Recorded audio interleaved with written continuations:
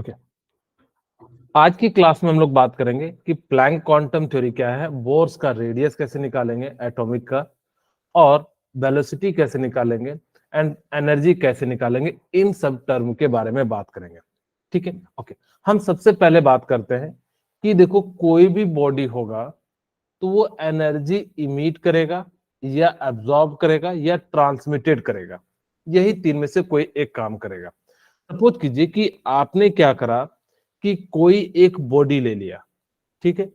अगर मैं इसको हीट देता हूं तो या तो वो क्या कर लेगा, सबको एब्जॉर्ब कर लेगा, या हो सकता है कि कुछ एनर्जी को एब्जॉर्ब कर ले और कुछ को इमिट कर दे, या हो सकता है कि वो क्या कर ले, थोड़ा सा एनर्जी रख ले और थोड़ा सा वो क्या करे, एब्जॉर्ब कर ले, तो इमिट कर दे।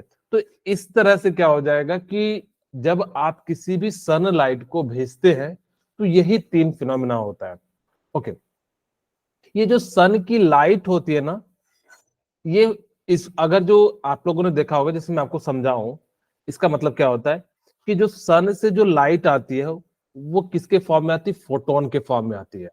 ठीक है, फोटोन का मतलब क्या होता है, पैकेट ऑफ एनर्जी को हम लोग क्या कह देते हैं, फोटोन कह देते हैं। जो विजिबल लाइट के रेंज में जो फोटोन की एनर्जी होगी उसको हम लोग क्या कह देते हैं, क्वांटा कह देते हैं। बेसिकली हम लोग उसको क्या कह देते हैं, क्वांटा कह देते हैं। और जो आपने देखा, जैसे कि आपको एक एग्जांपल के साथ समझाता हूं तो ज्यादा क्लियरिटी होगी। सपोज कीजिए कि आपके घर में 3 रूम है, ठीक है, एक अंदर वाला है, एक उसके बाहर वाला है, और एक ये वाला, और सबसे यहाँ है।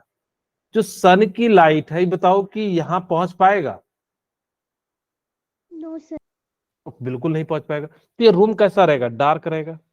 लेकिन यहां भी सन की लाइट नहीं पहुंच पाएगा। आपका घर अगर अंदर है तो वहां पे सन की लाइट तो नहीं पहुंच पाती है, क्या फिर भी आपको दिखाई देता है उस रूम का ऑब्जेक्ट? कहोगे हाँ, क्योंकि इसके जस्ट बगल में वो अलग बात है, क्योंकि यहाँ पे सन की लाइट तो नहीं पहुंच रही। और आपको मैंने कहा था कि विजिबल लाइट के प्रेजेंस में ही हम किसी ऑब्जेक्ट को क्या कर सकते हैं, देख सकते हैं।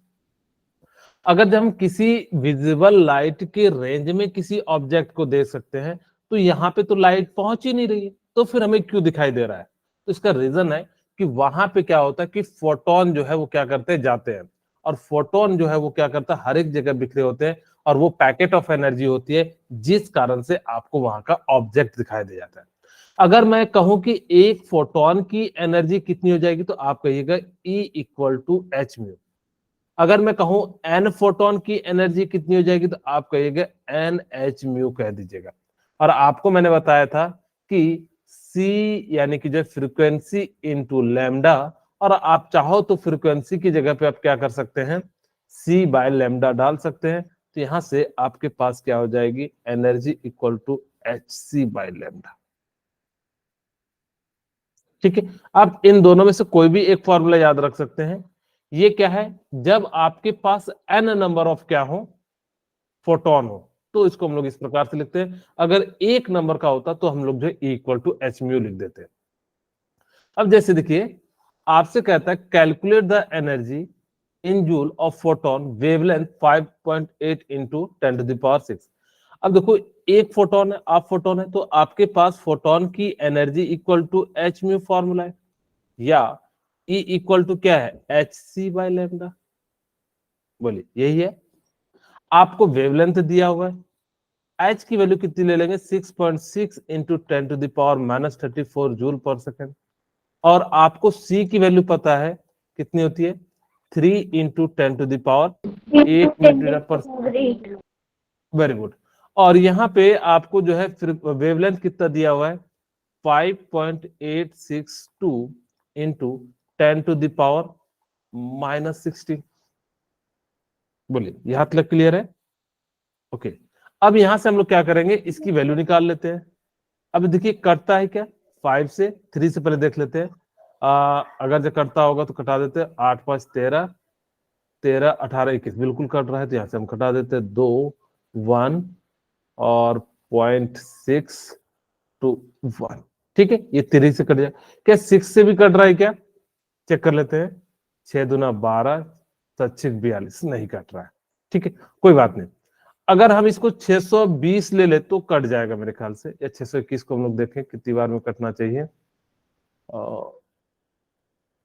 6 दूना 12, देखते कटता है कि 6 18, 18, 1 19, नहीं कोई बात नहीं करता, तो इसको हम जो डिवाइड कर देते हैं।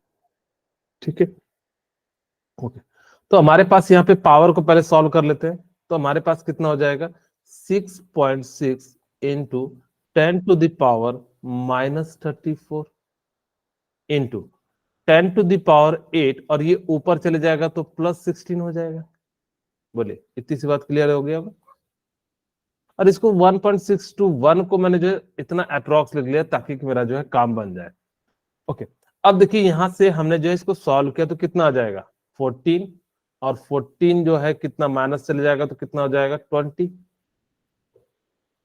मैं यहां से लिख सकता हूं 6.6 इंटू 10⁻⁻20 डिवाइडेड बाय कितना हो जाएगा 1.620। मैं इसको डिवाइड कर देता हूँ 6.6 को कितने से 1.62 से।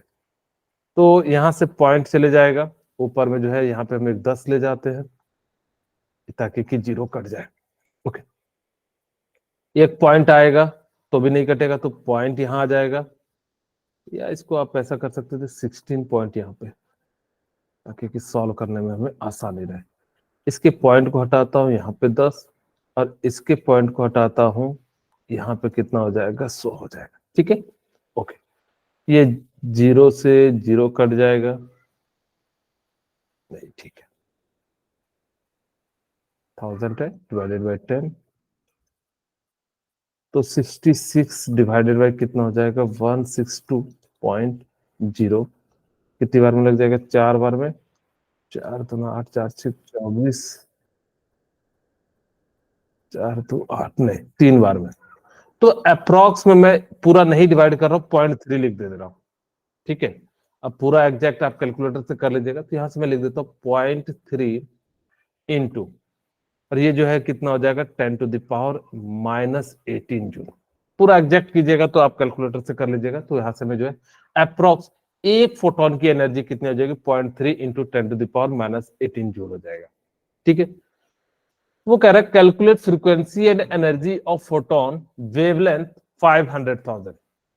आपको कह रहा है कि इसकी फ्रीक्वेंसी भी निकालनी है और वेवलेंथ भी निकालनी है एंड एनर्जी भी निकालनी है। तो सबसे पहले हम लोग क्या करते हैं, एनर्जी निकाल लेते हैं। E equal to H C by lambda. ठीक है, तो H की वैल्यू कितनी है 6.6 इंटू 10⁻⁻34। C की वैल्यू कितनी है 3 इंटू 10⁻8, और आपके पास ये कितना दिया हुआ है 5000 एंगस्ट्रॉम, यानी कि 10⁻⁻10 मीटर। ये चले जाएगा ऊपर 18, और ये भी कितना हो जाएगा यहाँ पे 7, यानी कि 15। तो हमारी वैल्यू कितनी आ जाएगी 6.6 डिवाइडेड बाई 5। आप इसको करोगे 7 यानी कि 15, 34 में गया 15 तो कितना आ जाएगा 90, यानी कि 10⁻⁻90। और यहां से हमने इसको डिवाइड कर दिया तो कितना आ जाएगा 1.3 इंटू 10⁻⁻90। ओके, ये जो है आपकी एनर्जी निकल गई। ओके, अब आपको पता है क्या निकालना है, एनर्जी निकालनी, फ्रीक्वेंसी निकालना है। तो आपको पता है C इक्वल टू क्या है फ्रीक्वेंसी इंटू लेमडा। तो यहां से लिख सकता हूं frequency equal to C by lambda. तो C की वैल्यू आपको पता है कितनी है 3 इंटू 10⁻8, और आपके पास वेवलेंथ कितना है 5000 इंटू 10⁻⁻10, और ये ऊपर चले जाएगा तो कितना हो जाएगा 18, यानी कि जो 15 हो जाएगा। 3 डिवाइडेड बाई 5 इंटू 10⁻ कितना हो गया 15। ओके, यहां से हमने इसको डिवाइड कर दिया तो कितना हो जाएगा 0.6 इंटू 10⁻15 आपका जो है, यानी कि सेकेंड इनवर्स आ जाए।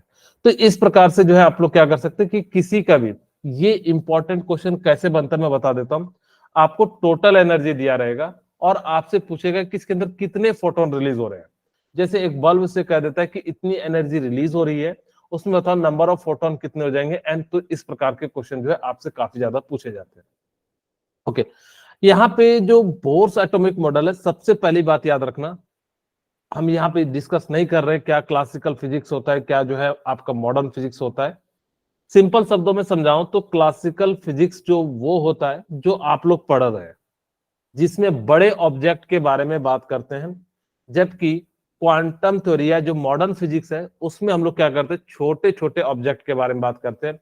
क्लासिकल फिजिक्स की थ्योरी कभी भी आपके मॉडर्न फिजिक्स पे नहीं लगेगी। आप सोचोगे कि सर हम काइनेटिक एनर्जी जो है इलेक्ट्रॉन की वो क्लासिकल फिजिक्स से निकाल ले, तो नहीं निकलेगा। इसीलिए आपको कई टीचर फिजिक्स वाले कहेंगे कि जो है ना जो न्यूटन ये जो लॉ है ये जो है गलत हो जाता है। कब गलत हो जाता है? जब आप किसी भी छोटे ऑब्जेक्ट के लिए लगाओगे तो वहां पे जो है क्या हो जाता है, गलत हो जाता है। ठीक है, हम सीधे सीधे जो है यहाँ पे फॉर्मूले को जो है लिख देते हैं और उसके अनुसार से जो है आपका ये सारी चीजें बात करते हैं। मैं यहाँ पे 5-6 फॉर्मूले लिख रहा हूँ। अच्छा, यहाँ पे ध्यान दीजिएगा कि रेडियस का जो फॉर्मूला हो जाता है आर एन इक्वल टू कितना हो जाता है, 0.529 into N square by Z होता है। मैं इसी को ना अप्रोक्स कैलकुलेशन सॉल्व करने के लिए आप 0.53 into N square by Z angstrom में, ये जो वैल्यू आएगी किसमें आएगी, एंगस्ट्रॉम। सिमिलरली मैं कहूं कि अगर आपको वेलोसिटी निकालना हो तो आप याद रखिएगा 2.18 into 10⁶ into Z by N, और ये किस में आ जाएगा, मीटर पर सेकेंड में आ जाएगा। इसी चीज को ना एक और तरीके से भी लिखा जाता है, 2.18 into 10⁸ into Z by N, और ये क्या हो जाएगा, सेंटीमीटर पर सेकेंड। सिमिलरली अगर मैं कहूं काइनेटिक एनर्जी, ये फॉर्मूले याद रखना है आपको, ये अभी मैं डिराइव नहीं करा रहा हूं क्योंकि काफी ज्यादा समय लग जाएगा। ओके, काइनेटिक एनर्जी का जो फॉर्मूला होता है वो कितना होता है, 13.6 इंटू जेड बाय एन का होल स्क्वायर। इसके अंदर भी बहुत सारे फॉर्मूले आएंगे, मैं एक एक करके समझाऊंगा, लेकिन मैं अभी पहले आपको मेन फॉर्मूले लिख के दे दे रहा हूं। तो ये जो है किस में आ जाता है, इलेक्ट्रॉन वोल्ट में। सिमिलरली अगर मैं कहूं पोटेंशियल एनर्जी का फॉर्मूला क्या हो जाएगा, तो -2 टाइम्स ऑफ काइनेटिक एनर्जी, और टोटल एनर्जी जो हो जाएगा वो क्या हो जाएगा, माइनस काइनेटिक एनर्जी। इतने फॉर्मूले आपको याद रखने हैं। बेसिकली आपको 3 फॉर्मूले याद रखने हैं, एक तो रेडियस का, एक वेलोसिटी का, एक काइनेटिक एनर्जी का। आपने इन 3 फॉर्मूले को याद रखा तो इससे हम सारे फॉर्मूले निकाल सकते हैं। रेडियस का याद रखिएगा 0.529 होता है, हम कैलकुलेशन के हिसाब से 0.53 into N square by Z करेंगे। और वेलोसिटी का जो फॉर्मूला हो जाएगा 2.18 into 10⁶ into Z by N हो जाएगा। और काइनेटिक एनर्जी का जो फॉर्मूला हो जाएगा 13.6 into Z by N. Potential energy कितना हो जाएगा, 2 टाइम्स, आप काइनेटिक एनर्जी की जगह लिख सकते हो 13.6 इंटू जेड बाय एन का whole square. Similarly total energy की जगह काइनेटिक एनर्जी जो है आप क्या कर सकते हैं, यहाँ पे लिख सकते हैं। ओके, अब मैं एक एक दो क्वेश्चन करते हैं ताकि कि आपको जो ज्यादा समझ में आए। ये वही वैल्यू दिया हुआ आपको वेलोसिटी की। जैसे आपसे पूछा गया है, मैं एक और फर्स्ट एंड सेकंड का निकाल देता हूं, थर्ड एंड फोर्थ का आप खुद ऑटोमेटिकली जो है घर से निकाल लीजिएगा। अब देखिए मेरे को क्या कह रहा है कि first second third fourth Bohr's orbit में, हमें से याद रखना कि बोर्स जो हाइड्रोजन है या बोर्स ऑर्बिट का जो रेडियस है वो सिर्फ और सिर्फ किसके लिए निकलता है, सिंगल इलेक्ट्रॉन स्पीसीज के लिए निकलता है। क्योंकि जब बोर्स ने बनाया था रूल तो उन्होंने रिपल्सन का कॉन्सेप्ट यूज नहीं किया था, इसी कारण से हम सिर्फ और सिर्फ किसके लिए बात करेंगे, सिंगल इलेक्ट्रॉन स्पीसीज के लिए बात करेंगे। चाहे H+ हो, He+ हो, लिथियम प्लस प्लस हो, या बेरिलियम प्लस प्लस हो, जो भी हो, तो इन्हीं सब ऑब्जेक्ट के लिए जो हम लोग बात करेंगे जिसके पास कितने इलेक्ट्रॉन होंगे, एक इलेक्ट्रॉन होंगे। एक इलेक्ट्रॉन से ज्यादा के लिए जो है कभी भी बोर्स का रूल जो है एप्लीकेबल नहीं होता है। ओके, अगर मुझे यहां से क्या करना है, बोर्स का रेडियस निकालना है, तो आर का फॉर्मूला क्या हो जाएगा, किन्हीं को याद है, 0.53 into n square by z m square। Very N square by Z. अच्छा, किसी बच्चों को हो सकता है कि सर हम भूल जाते हैं फॉर्मूला, मैं यहाँ पे एक बार आपको याद रखने का तरीका बताता हूँ। एग्जैक्ट तरीका तो नहीं है, बस आपको थोड़ा सा मैं हिंट देता हूँ जिससे आपको थोड़ा समय तक याद रहेगा चारों के चारों फॉर्मूले। मैं पहले चारों के फॉर्मूले लिख देता हूँ। N square by Z, velocity का फॉर्मूला क्या हो जाता है, 2.18 इंटू 10⁶, ये किसमें है, एंगस्ट्रॉम में। ठीक है, और यहाँ पे कितना हो जाएगा, जेड बाय एन, ये मीटर पर सेकेंड हो जाएगा रेडियस वेलोसिटी, और हमारे पास क्या हो जाएगा काइनेटिक एनर्जी। तो कितना हो जाता है 13.6 इंटू जेड बाय एन का होल स्क्वायर इलेक्ट्रॉन वोल्ट। और पोटेंशियल एनर्जी जो है वो क्या हो जाता है -2 टाइम्स ऑफ काइनेटिक एनर्जी, और टोटल एनर्जी जो फॉर्मूला हो जाता है वो कितना हो जाता है माइनस काइनेटिक एनर्जी। अब देखिए ध्यान से, सबसे पहले आप खुद सोचिए कि रेडियस में, जैसे यहां पे देखिए, अगर ये रेडियस है, ये सेल इंक्रीज करेगा तो रेडियस इंक्रीज करेगा, तो ऊपर में क्या हो जाएगा एन स्क्वायर। जेड के इंक्रीज करने से रेडियस का तो कोई इंपैक्ट नहीं पड़ रहा है।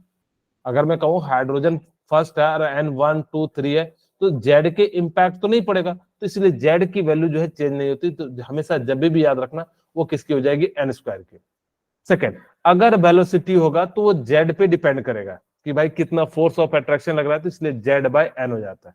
बाकी आपको याद नहीं रखना, जेड बाय एन का होल स्क्वायर कर देना, सिर्फ और सिर्फ रेडियस में एन स्क्वायर बाय जेड लिखना, और वेलोसिटी में क्या कर देना जेड बाय एन, यानी किसके अंदर स्क्वायर नहीं होगा।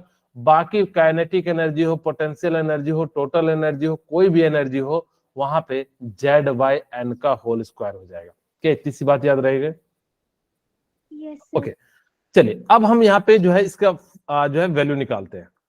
तो आपको किस ऑर्बिट के लिए करा है, फर्स्ट के लिए, तो 0.53 इंटू 1 का स्क्वायर डिवाइडेड बाय 1, क्योंकि हम किसके लिए बात कर रहे हैं, जेड जो होता है वो क्या हो जाता है आपका, यहाँ पे मैं लिख भी देता हूं, एन क्या है नंबर ऑफ ऑर्बिट, किस ऑर्बिट की बात कर रहे हैं, ठीक है।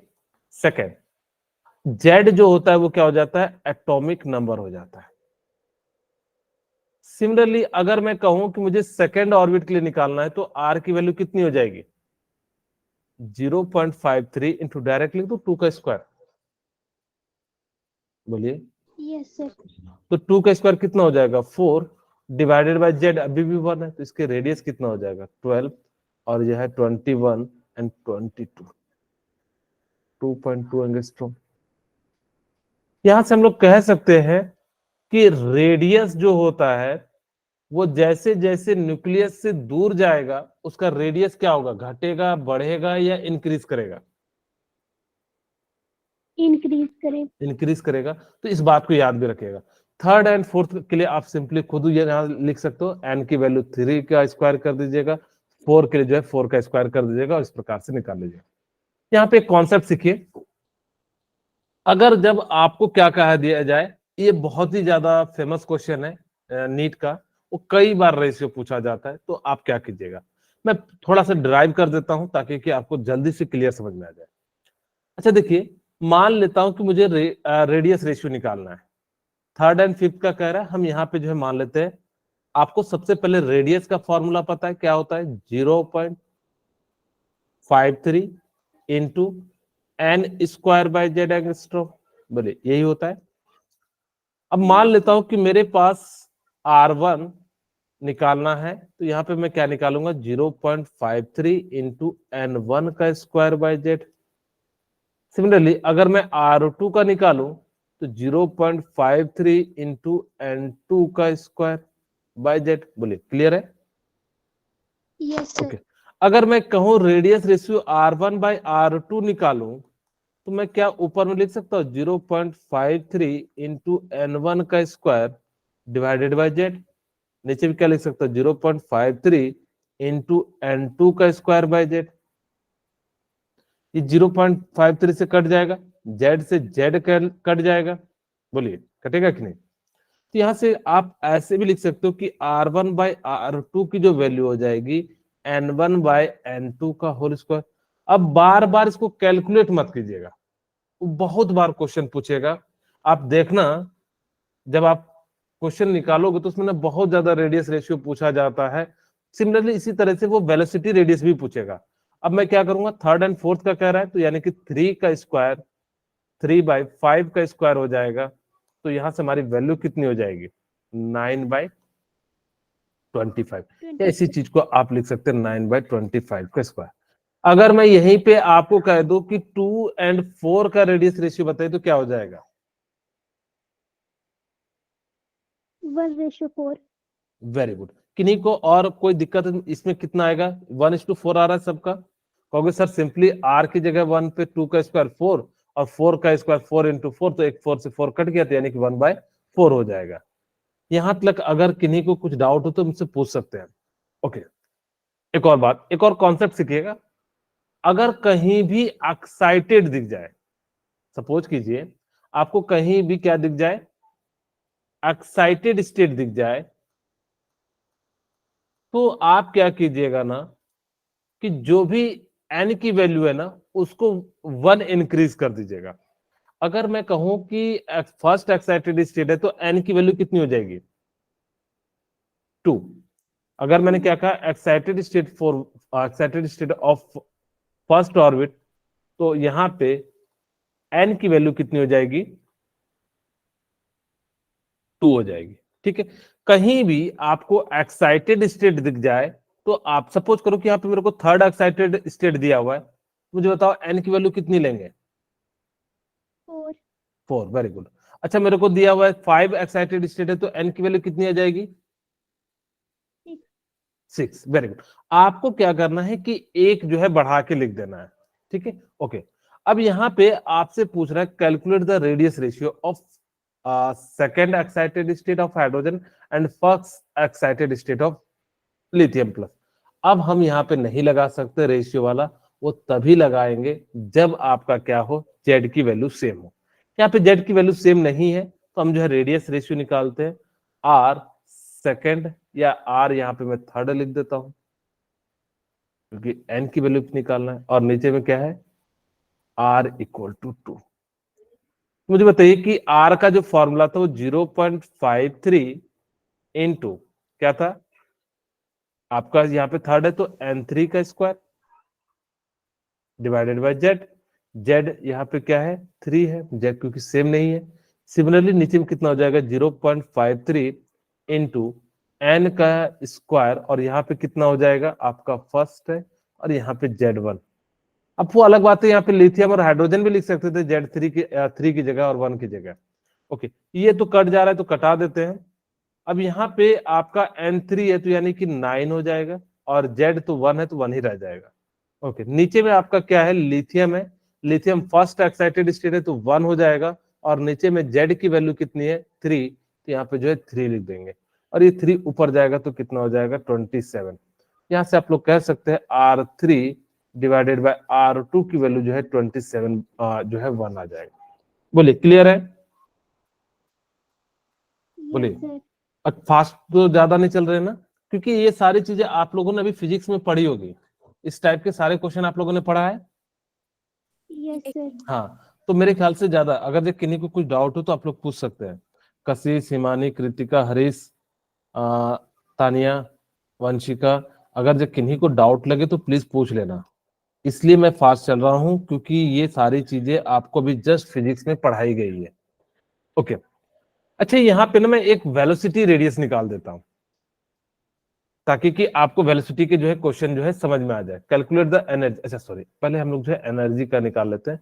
2 स्लाइड में जो है आपको बता देता हूं। सपोज कीजिए आपसे कभी कई बार जो है ना पूछेगा कि find the velocity radius of second and third orbit, तो हम लोग कैसे निकालेंगे? तो वेलोसिटी का फॉर्मूला सबसे पहले लिखते हैं। वेलोसिटी का फॉर्मूला क्या होता है, होगा 2.18 इंटू 10⁻⁶ 6. मीटर पर सेकेंड। मान लीजिए मुझे V1/V2 क्या निकालना है, रेडियस रेशियो। ठीक है, ओके, तो यहाँ पे हम लोग क्या लिखेंगे, 2.18, अच्छा Z/N तो छूट गया है, इंटू Z/N हो जाएगा, इंटू 10⁶, और यहाँ पे Z1 है, N1 है। सिमिलरली यहाँ पे भी क्या हो जाएगा, 2.18 इंटू 10⁶, और यहाँ पे कितना हो जाएगा, Z2 डिवाइडेड बाय N2। तो यहां से हम लोग क्या लिख सकते हैं, कट जाएगा, तो Z1/N1 इक्वल टू क्या हो जाएगा, N2/Z2। अगर जब आपका एटॉमिक नंबर सेम है, क्या हो जाएगा V1/V2।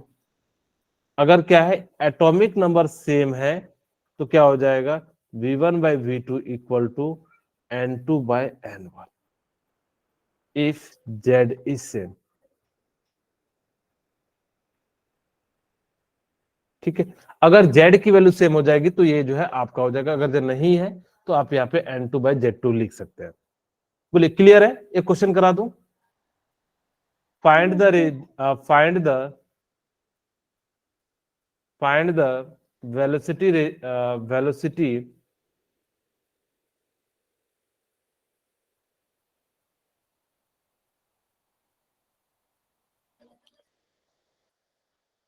रेशियो ऑफ किसका किसका निकाल देते हैं, सेकेंड एंड थर्ड ऑर्बिट का। बताइए क्या हो जाएगा। आप सिंपली कहोगे 4 हाइड्रोजन एटम। तो हम सिंपली क्या करेंगे कि यहां से जो है अब पूरा कैलकुलेट नहीं करना। अगर आपको नहीं आता है तब आप इसका यूज कर सकते हैं, लेकिन अगर आपको आता है तो सीधे सीधे यहां से प्रयास करना कि फटाफट से हम जो है कैंसिल कराते चले जाए। तो V1 आपका 2 है और ये कितना है 3, तो यानी कि 2:3 रेशियो आ जाएगा। ठीक है, ओके। अब वो आपसे पूछ रहा है कैलकुलेट द एनर्जी। आपको मैंने अभी एनर्जी का फॉर्मूला बताया था। क्या फॉर्मूला था? काइनेटिक एनर्जी का जो फॉर्मूला होता है वो क्या हो जाता है 13.6 इंटू क्या था, जेड का स्क्वायर बाय एन स्क्वायर, यही था। ओके, पोटेंशियल एनर्जी का जो फॉर्मूला था वो कितना टाइम्स था, 2 टाइम्स ऑफ काइनेटिक एनर्जी। बोलिए कितना था। Yes, sir. अगर मैं कहूं टोटल एनर्जी का फॉर्मूला कितना था, Minus kinetic energy. Minus kinetic energy. यही टोटल एनर्जी आपसे पूछ रहा है कैलकुलेट एनर्जी, क्योंकि काइनेटिक एनर्जी कहता तो काइनेटिक एनर्जी पूछता, पोटेंशियल एनर्जी कहता तो पोटेंशियल। टोटल एनर्जी जो है वो किसके बराबर हो जाएगा, माइनस काइनेटिक एनर्जी। तो आपको पता है काइनेटिक एनर्जी का फॉर्मूला, तो क्या मैं ऐसा लिख सकता हूं 13.6 into Z square by N square electron volt. Yes, sir. अच्छा, यहाँ पे मुझे होता है जेड जो है जेड कितना है, लिथियम प्लस है, तो जेड कितना हो जाएगा 3। और यहाँ पे एन कितना है, बोलिए। वेरी गुड, थैंक यू रिया। यहाँ पे Z2 मत लीजिएगा, क्योंकि एक्साइटेड स्टेट आ गया तो Z यानी कि N की वैल्यू कितनी हो जाएगी, 3 हो जाएगी। तो Z तो 3 का स्क्वायर लिख देता हूं, और यहाँ पे जो है इसका भी 3 का स्क्वायर हो जाएगा, तो इसका मतलब कितना आ जाएगा, और 1 आ जाएगा, 1 इलेक्ट्रॉन वोल्ट। तो टोटल एनर्जी जो है कितनी आ गई, 1 इलेक्ट्रॉन वोल्ट। क्लियर है यहाँ तक, समझ में आ रहा है? हाँ जी बोलिए रिया। सर इसमें लिथियम प्लस 2 का 3 क्यों होगा? कितना होगा, देखो हाइड्रोजन, लिथियम। Helium, lithium. हाँ जी, क्या पूछ रही है, फिर से पूछेंगे। सर इसमें लिथियम प्लस 2 है। हाँ, अच्छा कह रहे हो कि लिथियम प्लस 2 क्यों है, यही पूछ रही है। सर इसमें फिर इलेक्ट्रॉन्स 1 होगा ना? हाँ, तो हमने कहा ना कि ये जो बोर्स का ऑर्बिट है सिर्फ और सिर्फ किसके लिए एप्लीकेबल है, सिंगल इलेक्ट्रॉन स्पीसीज के लिए। तो इसके पास भी कितने इलेक्ट्रॉन होने चाहिए, सिंगल ही तो है। आपको अगर जब बेरिलियम दिया रहता तो 3 निकाल लेता, हीलियम दिया रहेगा तो 1 निकाल लेगा। तो जितने भी ये बोर्स का जो ये जो थ्योरी मॉडल है वो सिर्फ और सिर्फ किसके लिए एप्लीकेबल होता है, सिंगल इलेक्ट्रॉन स्पीसीज के लिए होता है, मल्टीपल के लिए नहीं होता है, क्योंकि उसके अंदर से बहुत सारे अदर फैक्टर आ जाते हैं रिपल्सन पल्सन के कारण। तो उसमें जो है इसलिए हम लोग जो है बात नहीं करते हैं। ठीक है रिया, क्या अब क्लियर है? Yes sir. ओके, ठीक है, तो इस प्रकार से जो है आप, हाँ जी, -1 आएगा या -13.6 आएगा? ओके, -13.6 आएगा, क्योंकि ये तो कैंसिल नहीं हो रहा है ना। ठीक है, thank you. Yes okay sir. Akanksha, अब मुझे बताइए इस प्रकार से जो है आप क्या कर सकते हैं, निकाल सकते हैं। अब यहाँ पे कह रहा है calculate the ratio of energy of He plus first and second excited state. ठीक है, वो क्या कह रहा है, calculate the ratio of energy of He plus for first and second excited state. यानी कि यहाँ पे N1 की वैल्यू कितनी है 2 और यहाँ पे कितनी है 3। अब वो जो है क्या पूछ रहा है, एनर्जी का रेशियो पूछ रहा है। चलिए कोई बात नहीं, हम निकाल लेते हैं। मैं डायरेक्ट कर देता हूं E1 डिवाइडेड बाई E2। तो E1 बाई E2 जो है, पहले हम रेशियो निकाल लेते हैं, क्योंकि अगर जब हमारा Z सेम है तब तो हमें कोई दिक्कत ही नहीं है, तो आप जो है आराम से निकाल सकते हो। ओके, यहाँ पे देखिए आपको मैंने बताया था कि एनर्जी का जो फॉर्मूला होता है वो 13.6 इनटू क्या होगा Z बाय एन का स्क्वायर। और यहाँ पे 1 है तो हम सपोज समझाने के लिए 1 ले लेते हैं। आप यहाँ पे जो है जो भी ले सकते थे N2, लेकिन हमने यहाँ पे इस प्रकार से ले लिया। सिमिलरली नीचे 13.6 इनटू यहाँ Z तो सेम ही है क्योंकि हीलियम ही है, तो Z तो अभी भी 1 है और N क्या है आपका चेंज है। जो कट रहा है हमने कटा दिया और यहां से हमने क्या लिखा Z1 का स्क्वायर डिवाइडेड बाय N1 का स्क्वायर इनटू N2 का स्क्वायर बाय Z1 का स्क्वायर। तो यहां से अगर जो सेम है तो हम क्या लिख सकते हैं N1 बाय N2 का होल स्क्वायर। ठीक है, ये जो है आपका क्या आ जाएगा E1 बाय E2 का रेशियो आ जाएगा।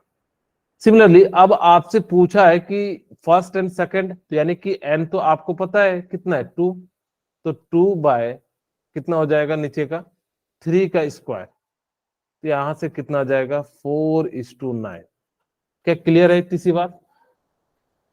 Yes, sir. ओके, तो मैं आपको एक क्वेश्चन दूं, आप लोग बनाएंगे। Yes, sir. Calculate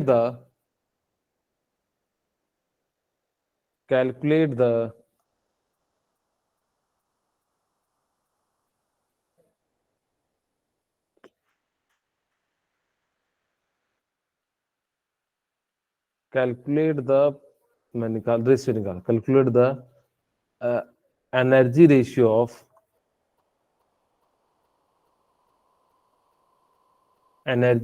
of hydrogen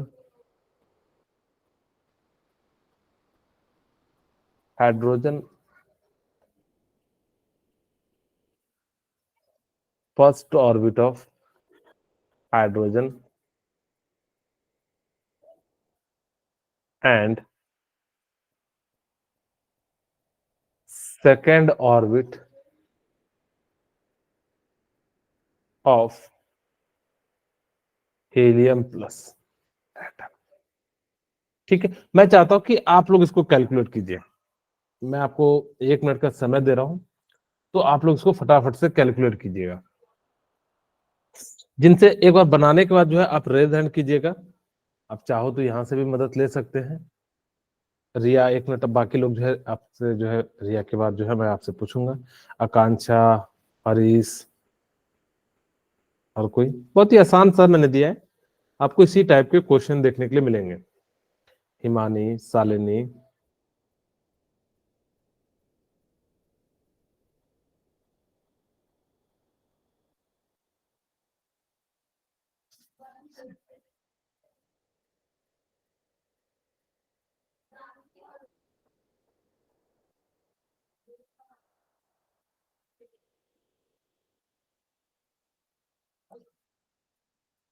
हो गया। चलिए, अब यहाँ पे आपको मैंने कहा कि अगर जो जिनको नहीं भूल जाते तो आप फटाफट से यहाँ पे ना फॉर्मूला मत रखना, मतलब जो है वैल्यू मत रखना, सीधा फॉर्मूला रखते हैं। एनर्जी का रेडियस रेशियो पूछा है तो E1 बाय E। हाँ जी, बोलिए दिया। अच्छा आकांक्षा बताइए क्या आंसर आया? Sir, 2:1. Very good. चलिए चेक कर लेते हैं क्या आया। E1 by divided by E2। अगर कभी भूल जाते तो फटाफट से फार्मूला रखना। एनर्जी का फॉर्मूला होता है 13.6 इंटू Z बाय एन का स्क्वायर। ठीक है, नीचे भी कितना हो जाएगा 13। मैं यहाँ पे लिख रहा हूँ, आप मत लिखना जब आपके एग्जाम में क्वेश्चन आएगा, मैं इसलिए लिख रहा हूँ ताकि कि आपके कॉपी में रहे। अब डायरेक्ट भी लिख सकते थे कि 13.30 कट जाएगा, तो यानी कि Z1 बाई स्क्वायर N1 का स्क्वायर और यहाँ पे N2 का स्क्वायर। ओके, हमारे पास Z1 की वैल्यू कितनी है, फर्स्ट ऑर्बिट है तो यानी कि 1 का स्क्वायर, हाइड्रोजन है तो यानी कि 1 हो जाएगा, 1 का स्क्वायर दोनों 1 ही हो जाएगा। ओके, अब यहाँ पे देखिए आपसे क्या कह रहा है, second orbit of helium atom, तो यहाँ पे 2 का स्क्वायर, क्योंकि हीलियम का जो एटॉमिक नंबर है कितना है 2, तो 2 का स्क्वायर डिवाइडेड बाय, और ये भी कैसा ऑर्बिट है, सेकेंड ऑर्बिट है, तो ये कितना हो जाएगा 2 का स्क्वायर, और यहां से कट गया तो यानी कि E1 बाय E2 का रेशियो कितना आ जाएगा, 2 का स्क्वायर 2 से कट जाएगा, तो यानी कि 1:1। किनका आया था, किन्हीं का? Yes, sir. Thank you Riya. Okay, तो इस प्रकार से जो है आप लोग क्या कर सकते हैं, कैलकुलेट कर सकते हैं। अब हम बात करते हैं हाइड्रोजन स्पेक्ट्रम। हुआ यूं कि हर एक एलिमेंट का हमने ना स्पेक्ट्रम निकालना शुरू किया। बहुत डिसकंटिन्यूअस होते थे, लेकिन जो एलिमेंट की हम बात कर रहे हैं वो डिसकंटिन्यूअस मैनर में होते हैं। ये हाइड्रोजन स्पेक्ट्रम होता क्या है कि जब आप क्या करते हो कि इसका जो है, जैसे कि हमारा फिंगरप्रिंट होता है, उसी तरह से हर एक एलिमेंट का एक स्पेशल टाइप का स्पेक्ट्रम होता है। ठीक है, मैं आपको इसको अच्छे से समझाता हूँ, फिर ये दो बातें समझाऊंगा। यहाँ पे देखिए, आपको ना ये याद रखना है कि कौन कौन सा जो है आपका सीरीज होता है। तो यहाँ पे नहीं है, कोई दिक्कत नहीं है, मैं आपको समझा देता हूं अपने तरीके से। सपोज कीजिए कि यहाँ पे हमने जो है एनर्जी रखा,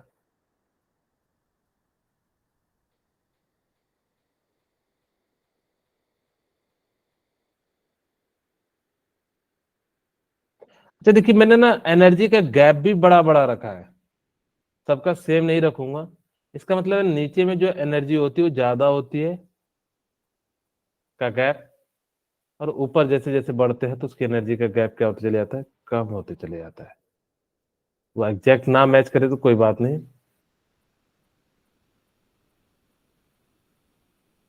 1 2 3 4 5,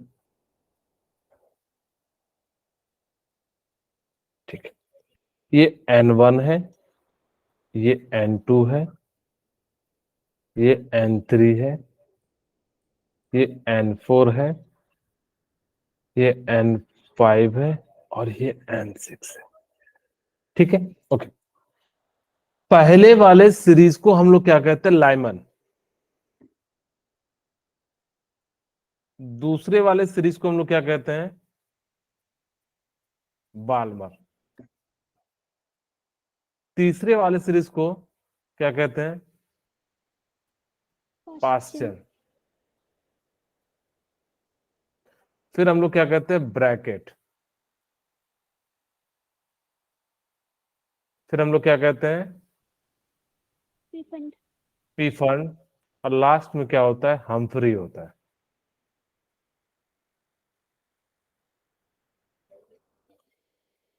ठीक है, आपको इसी सीक्वेंस में याद रखना है। मैं इसको याद रखने का जो है तरीका ही बताता हूं, कैसे याद रखिएगा। लाया, बलमा, पायल, बड़े प्यार से। ठीक है, हमारे इस बुक में जो है पीफंड तो लखी है, इसीलिए जो है पीफंड लखी ट्रिक है। लाया, बलमा, पायल, बड़े प्यार से, और इस प्रकार से आप इसको याद रखना। ये इतना ज्यादा इंपॉर्टेंट है, कहने की बात नहीं। ओके, अब हम क्या करते हैं ना, इसकी एनर्जी लेवल निकालते हैं। तो ये एक हो सकता है कि यहां से यहां आए, ठीक है, फिर यहां से यहां आए। इस सीरीज को हम लोग क्या कहते हैं, बाल्मर सीरीज, लाइमन सीरीज कहते हैं। इसका मतलब है कि इन्फिनिटी से लेके अगर वो फर्स्ट ऑर्बिट में आता है, यानी कि N1 में आता है, तो इस सीरीज को हम लोगों ने क्या नाम दे दिया, लाइमन सीरीज कह दिया। सिमिलरली अगर मैं कहूं कि यहां से वो सेकेंड सेल पे आए, तो इस सीरीज का नाम क्या हो जाता है, Balmer. बाल्मर सीरीज हो जाता है। ठीक है, ओके। सिमिलरली अगर मैं पास्चन की बात करूं, तो पास्चन कहां से आएगा, इन्फिनिटी से आएगा, और एन की वैल्यू कहां रहेगा, 3 पे जाके रहेगा। तो इस प्रकार से जो हम लोग क्या कर सकते हैं, इसका लिख सकते हैं। ओके, वापस से चलते हैं। अब हमें जो ब्रैकेट में चलना है, तो यानी कि यहां से और यहां से, और अगर हमें किस में चलना है, हम फ्री में, तो यहां से कुछ इस प्रकार से। ये बेसिकली अलग अलग जो है ना आपको लाइन स्पेक्ट्रम दिखा गया। जब हमने क्या करा कि हाइड्रोजन को हमने स्पेक्ट्रोमीटर में देखा, तो वहां पे ना इस प्रकार के जो है लाइन लाइन जो है आपको दिखाई देंगे। मैंने जो कहा कि जैसे हमारे फिंगरप्रिंट होते हैं उसी तरीके से सभी एलिमेंट के डिफरेंट जो है स्पेक्ट्रम होते हैं। तो इस प्रकार से जो हमने क्या करा, इन सभी चीजों को लिख लिया। ओके, अब हम बात करते हैं ये जो रेज होती है ना, जो पहली रेज होती है, इसमें अल्ट्रावायलेट होती है, इसमें विजुअल होती है, इसमें इंफ्रारेड होती है, इसमें इंफ्रारेड होती है, इसमें इंफ्रारेड होती है। यही चीज हम जो है यहाँ पे कहते भी है कि जो फर्स्ट रीजन होता है उसको हम लोग क्या कहते हैं, अल्ट्रावायलेट रीजन कहते हैं। उसके बाद जो हम लोग क्या कहते हैं, विजुअल रीजन कहते हैं सेकंड वाले को। एंड थर्ड वाले से जितने भी होते हैं वो इंफ्रारेड जो है रीजन कहा जाता है। ठीक है, ब्रैकेट हो पास्टन हो, आप इसको याद भी रखना, क्योंकि 2 बार क्वेश्चन इसमें पूछ सका है कि जो लाइमन सीरीज होता है उसमें किस टाइप की जो है वेव्स पाई जाती है, रेज पाई जाती है। तो आप कहिएगा अल्ट्रावायलेट रेज पाई जाती है लाइमन में।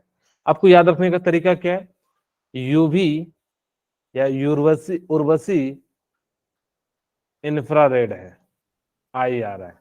ठीक है, तो इस प्रकार से आप याद रखना कि यहाँ पे अल्ट्रावायलेट या विजुअल है, यहाँ पे इंफ्रारेड है, बाकी जितने भी जाएंगे सभी में क्या हो जाती है, इंफ्रारेड हो जाती है।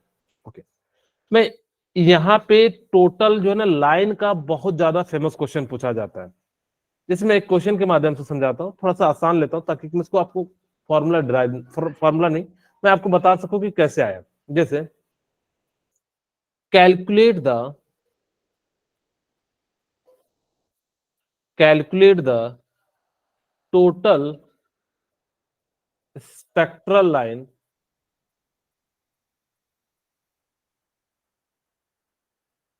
between Lyman to bracket. ज्यादा तो नहीं ले लिए, 5 चैन ले लेते हैं, नहीं तो बहुत ज्यादा काउंट बनाना पड़ जाएगा। ठीक है, ओके, पहले मैं आपको ये तरीका सिखाता हूं कि कैसे इसके होते हैं, फिर हम जो है फॉर्मूले पे जाएंगे। ये आपका लाइमन है, ये बाल्मर है, हमें कहां तक जाना है, पास है, लाया बल्मा पायल। ठीक है, आप चाहो तो ब्रैकेट लिख सकते हो, कोई कहेगा कि सर ज्यादा कितना हो जाएगा, तो मैं लिख ही देता हूं ब्रैकेट। ठीक है, यहाँ पे लाया बल्मा पायल बड़े प्यार से। अच्छा, यहाँ पे एनर्जी लेवल का मैंने उतना ज्यादा ध्यान नहीं रखा, लेकिन आपको एनर्जी लेवल का ध्यान रखना है कि आपको शुरू की एनर्जी ज्यादा होगी और जैसे जैसे ऊपर चलोगे तो उनकी जो है एनर्जी कम होती चली जाएगी। ठीक है, ओके, मुझसे पूछा कि टोटल स्पेक्ट्रल लाइन कितनी है, कहां से, Lyman to Brackett, sorry Brackett to Lyman लिखा रहेगा जनरली, मैं यहाँ पे ब्रैकेट टू लाइमन लिख देता हूँ क्योंकि ऊपर से जो है नीचे आएंगे।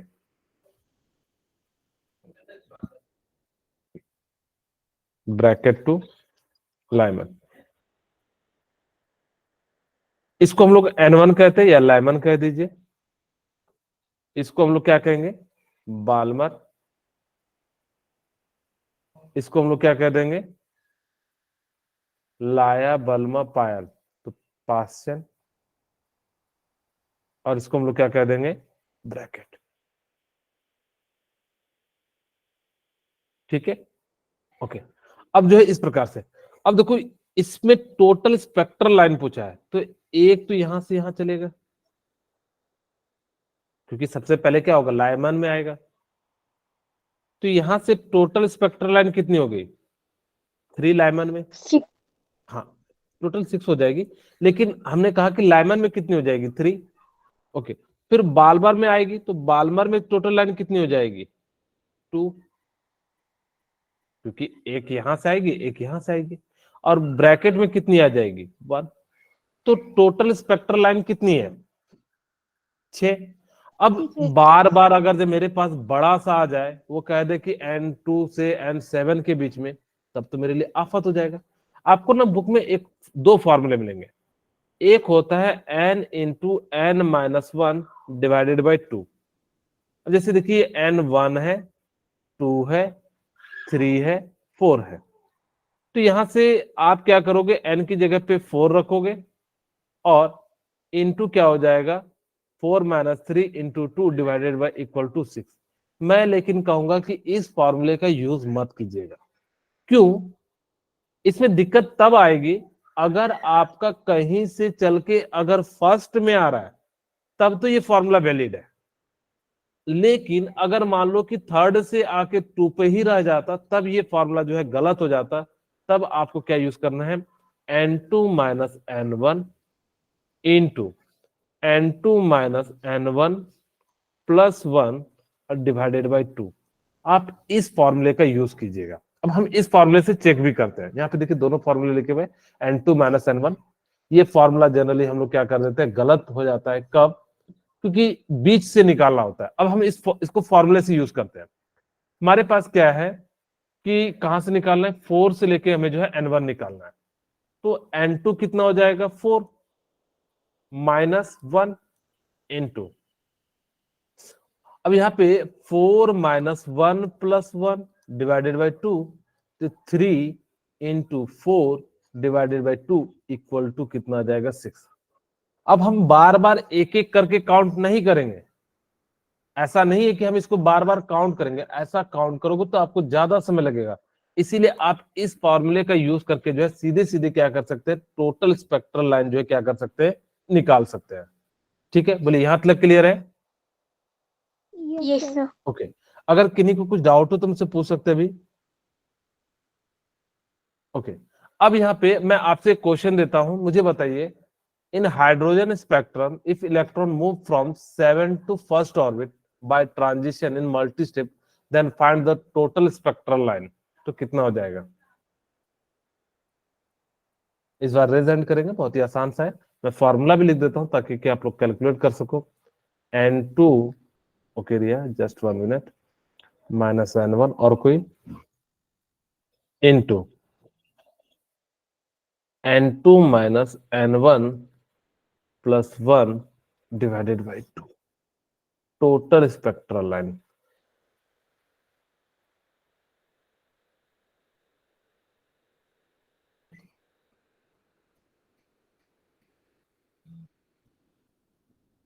ओके आकांक्षा, और कोई?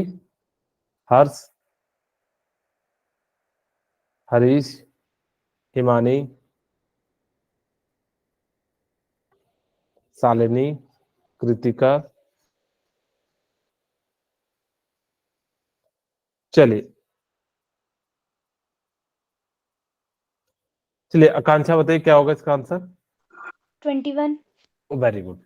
अब देखो n2 की वैल्यू जो है बड़ी जो होगी वो होगी जाएगी 7 माइनस 1 इंटू क्या हो जाएगा यहाँ पे 7 माइनस 1 प्लस 1 डिवाइडेड बाय कितना हो जाएगा 2, और यहां से हमारे पास कितना हो जाएगा 6 डिवाइडेड बाय कितना हो जाएगा 7 डिवाइडेड बाय 2 इक्वल टू कितना हो जाएगा 21। बोलिए क्लियर है? दिया क्या 21 आपका आया था? Yes, sir. ओके, इस क्वेश्चन को आप लोग एक बार जरूर ट्राई कीजिए, फिर मैं इसका जो है सॉल्यूशन बताऊंगा। ये जस्ट रिवर्स डायरेक्शन में जो है पूछा गया है।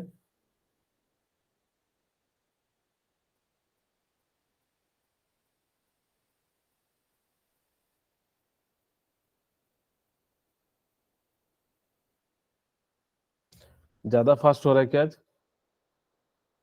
No, sir. No sir.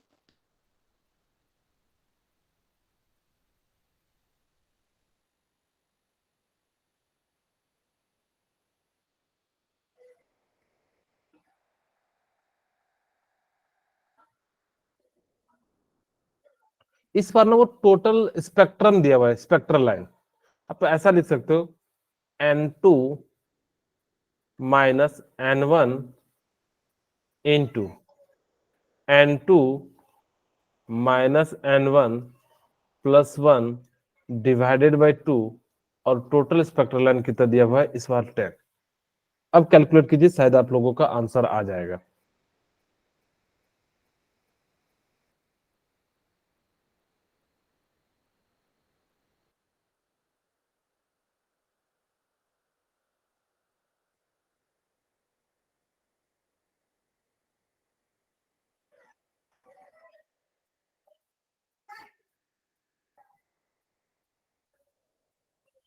मैं बना दूं? चलिए यहां पे देखिए ध्यान से, आपके पास कह रहा है कि NH से फर्स्ट ऑर्बिट में जा रहा है, इसका मतलब है कि N2 की वैल्यू तो N दी हुई है और N1 की वैल्यू कितनी दी हुई है, 1 दी हुई है। ठीक है, ओके, N2 की जगह पे हम N लिख देते हैं और N1 की जगह पे 1 लिख देते हैं। N minus 1 plus 1 divided by 2, इसकी जगह पे 20 कर देता हूं। बोलिए क्लियर है? हाँ जी रिया, कितना आंसर आया? 5. वेरी गुड, इसका बिल्कुल राइट आंसर है। ऑप्शन भी इसका 5 था, मैंने ऑप्शन नहीं लिखे हैं, वहां पे ऑप्शन था 1 2 3 4 5 ऐसे ही था, तो इस प्रकार से जो है वहां पे हम लिख सकते हैं। चलिए अब यहाँ पे देखिए n माइनस 1, ये 1 से 1 कट जाएगा तो n हो जाएगा इक्वल टू 20। आप चाहते तो आप ऑप्शन से वैल्यू पुट करना, मैं नहीं कहूंगा कि आप इसको क्वाड्रेटिक इक्वेशन बनाना। आप लोग कई बच्चे सोच रहे होंगे कि सर मैं इसको n स्क्वायर माइनस n और -20 बना के क्वाड्रेटिक इक्वेशन सॉल्व करूं। नहीं, आपके पास 4 ऑप्शन दिए रहेंगे, वहां से वैल्यू पुट करना और देखना किसकी वैल्यू जो है इसका इतना आ जाता है। खैर यहाँ पे हम क्वाड्रेटिक इक्वेशन बन रहा है तो हम सॉल्व भी कर देते हैं। -5n plus 4n -20 equal to 0। ठीक है, क्वाड्रेटिक इक्वेशन शायद आप लोगों को सॉल्व करने आता होगा। यहां से Yes, आप n कॉमन ले लीजिएगा तो n माइनस 5 हो जाएगा। दूसरा, यहां से हमने 4 कॉमन ले लिया तो ये कितना हो जाएगा, n माइनस 5 इक्वल टू 0। इसी चीज को हम लिख सकते हैं n minus 5 into n plus 4। कभी भी स्पेक्ट्रल लाइन तो 0 हो नहीं सकता और माइनस में, तो इसीलिए जब भी होगा तो पॉजिटिव होगा, तो n की वैल्यू कितनी हो जाएगी, 5। तो इसमें टोटल स्पेक्ट्रल लाइन कितनी हो जाएगी, 5 हो जाएगी। क्लियर है? Yes, बोलिए। sir. yes, अच्छा, मैं एक दो चीजें और इससे बता देता हूँ यहाँ से। ये बेसिकली क्या दिया हुआ है कि इसकी एनर्जी कितनी होगी। अगर सपोज कीजिए मेरे पास एनर्जी का जो फॉर्मूला था वो कितना था, -13.6 इंटू क्या था, जेड बाय एन का होल स्क्वायर, 4. इलेक्ट्रॉन वोल्ट में। ठीक है, अगर मैंने क्या करा कि जेड ये हाइड्रोजन, ये किसका वैल्यू है, हाइड्रोजन स्पेक्ट्रम का, तो यहां से हमने क्या लिखा 13.6, जेड की वैल्यू 1 और फर्स्ट ऑर्बिट है तो इसका 1 स्क्वायर, तो इसकी वैल्यू कितनी आ जाएगी, 13.6। तो यही कहता है कि इसकी वैल्यू कितनी आ जाएगी, 13.6, यानी कि फर्स्ट सेल की जो एनर्जी होगी वो कितनी हो जाएगी, 13.2 हो जाएगी। सिमिलरली अगर मैं सेकेंड ऑर्बिट की निकालूं तो कितना हो जाएगा, क्योंकि -13.6, जेड तो अभी भी 1 है, लेकिन इस बार एन की वैल्यू कितनी हो गई, 4, तो 4 हो गया तो कितना हो जाएगा, -3.4। अच्छा, इसकी वैल्यू 13.6 है, इसकी वैल्यू -3.4 है, तो इसके बीच का डिफरेंस कितना है, 10.2। सिमिलरली इसी प्रकार से आप जैसे जैसे सेल बढ़ते चले जाओगे तो इसकी एनर्जी भी क्या होती चली जाएगी, घटती चली जाएगी। देखिए यहाँ पे 10.2 इलेक्ट्रॉन है। अच्छा, ये सॉरी, इधर जैसे जैसे ऊपर की ओर जाएंगे तो नेगेटिव में है, तो यानी कि क्या हो जाएगा, ऊपर की ओर जाने से वैल्यू जो है एनर्जी की इंक्रीज होती चली जाती है। याद रखिएगा क्या क्या इंक्रीज होता है, कि रेडियस जाने पे इंक्रीज होता है और एनर्जी भी जाने पे उधर साइड क्या हो जाता है, आपका इंक्रीज हो जाता है। जैसे जैसे आप रेडियस से दूर जाओगे लास्ट में जाके जो है 0 हो जाता है। बिल्कुल इन्फिनाइट पे अगर होता, तो ये अगर सपोज करो इन्फिनाइट पे होता तो इसकी एनर्जी जो होती है वो कितनी हो जाती, 0 हो जाती एट इन्फिनाइट पे। तो जैसे जैसे आप बहुत दूर जाओगे न्यूक्लियस से तो उसकी एनर्जी क्या होती चली जाती है, 0 के करीब हो जाती है। निगेटिव से वो पॉजिटिव हो जाता है, इसीलिए जैसे जैसे हम लोग दूर जाते हैं तो उसकी एनर्जी क्या होती है, बढ़ती चली जाती है। ठीक है, सिमिलरली इसी तरीके से सबका निकाला गया है। आप इतना सा याद रख सकते हो, तो याद रख लेना कि फर्स्ट ऑर्बिट की जो एनर्जी होती है 13.6 होती है और सेकंड ऑर्बिट की कितनी होती है, -3.4 होती है। इससे आपको बहुत सारे जो है क्वेश्चन में जो है आपको हेल्प मिलेगा। सेकेंड थिंग आपको क्या याद रखना है कि इसको हम लोग कहते हैं लाइमन सीरीज, इसको कहते हैं सेकंड वाले को बाल्मर सीरीज, इसको पास्चन, ब्रैकेट, पीफर्न एंड हम्फ्री जो है इस प्रकार से नाम देते हैं। इसको याद रखने का क्या तरीका है, लाया, बलमा, पायल, बड़े प्यार से, आप इस प्रकार से इसको याद रख सकते हैं। ठीक है, ओके। नेक्स्ट क्लास में हम जो फोटो इलेक्ट्रिक इफेक्ट की बात करेंगे।